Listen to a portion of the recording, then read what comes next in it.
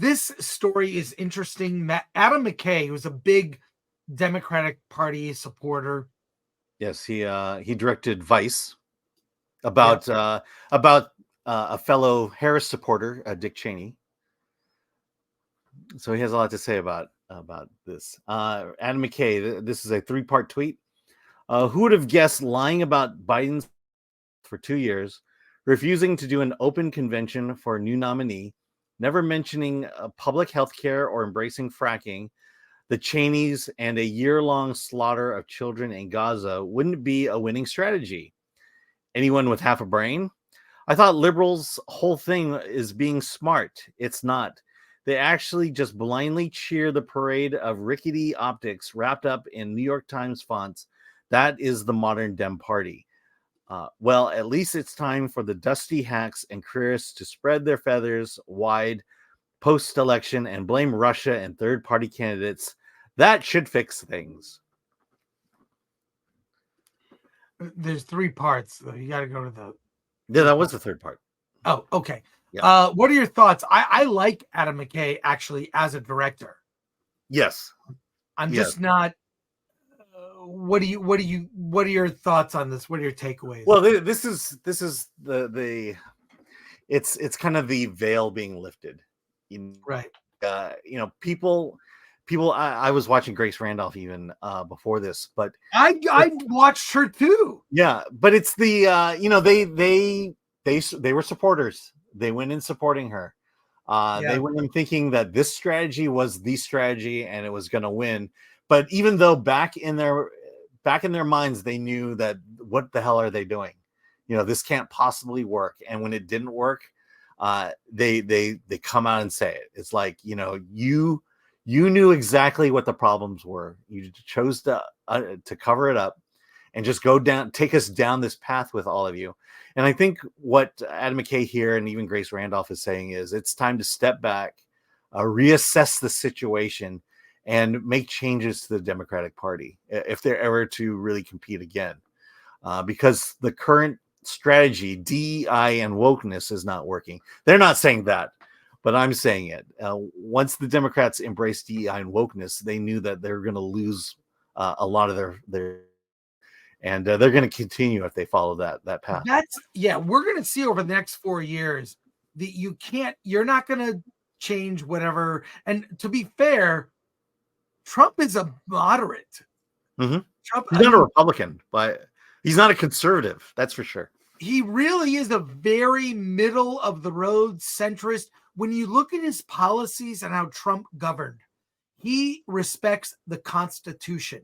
All the things they say about him, he never did. Mm-hmm. And it's more, in fact, it could be argued very easily that the other side did the things they accused him of doing. He never did it. So, prosecuting your enemies? Yes, I think he's going to be very middle of the road. He's going to bring in people from all sides. I think he's shown that he doesn't hold grudges. You say nice things about him, he gets he can be swayed. But I don't think it's going to be a crazy 4 years. I think a lot has to be rebuilt after COVID. And I think he will leave the country better in 4 years than he's coming into it. It'll be better. We'll be better off. But the Dems have to look at who are they serving. You have to earn the vote. Look at, and we'll get the final vote tallies later, maybe by Friday or Monday. Yeah. But to really analyze that data, you have to earn the vote. Don't say the other guy sucks. Tell me what you stand for. It was never articulated. And so many of the policies were, I'm against, having your kids taken away by the state because they want to express a gender identity. I'm not for that. I'm for parental rights. I'm for, let gay kids be gay, whatever they turn out to be. Kids go through phases. 1 minute they're into Pokemon. The next it's strawberry shortcake. The next it's Hello Kitty, whatever. Let them go through phases. Let them be who they are. And when they become adults, they can make choices. Not until then. There's so many things that turn me off. So they gotta, he's right. Yeah, well, that video you showed half of those people were Democrats, were former Democrats. Yeah. The fact that he got Muslim support in Michigan. Yeah. It says something about his ability to reach out to others, to finally say, that his policies are for Americans, period. It doesn't matter who you are. If you're an American, this is for you. And even if you didn't vote for him, and that's the problem I've always had with politics, was this cronyism. That the priority of the legislation for the next 4 years will be the people who funded my.